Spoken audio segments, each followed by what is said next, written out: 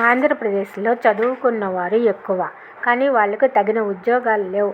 అందువలన చెన్నై, బెంగళూరు, హైదరాబాద్ వంటి పట్టణాలకు వెళ్లిపోయి ఉద్యోగాలు సంపాదించుకుంటున్నారు. ఎక్కువ మంది ఇతర దేశాలకు వెళ్లిపోతున్నారు. వాళ్ళు సంపాదించే సంపద మీద ట్యాక్స్ అంతా ఇతర రాష్ట్రాలకు, ఇతర దేశాలకి పోతుంది. కొందరు బిల్డర్స్, కాంట్రాక్టర్లు కూడా ఇతర రాష్ట్రాలకు వెళ్లిపోయి పనులు చేస్తున్నారు. ఇంకా ఆంధ్రప్రదేశ్ ఏమి అభివృద్ధి చెందదు.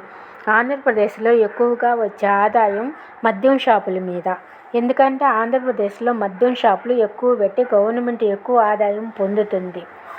ఇంకా ఎక్కువ లాభం కోసం కల్తీ మందుని తయారు చేయించి అమ్ముతున్నారు.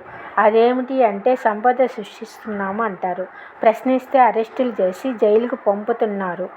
ఆంధ్రప్రదేశ్ వ్యవసాయం కూడా ఎక్కువే. ఇంకా రాబోయే రోజుల్లో కూడా భూములన్నిటినీ సగం ప్రభుత్వమే తీసుకుంటుంది. ఇంకా ఆంధ్రప్రదేశ్ ఏమి అభివృద్ధి చెందదు. మన ఆంధ్రప్రదేశ్లోని సంపద సంపాదించే వాళ్ళందరూ ఇతర రాష్ట్రాలకు, ఇతర దేశాలకు వెళ్ళిపోయి అభివృద్ధి చెందుతున్నారు.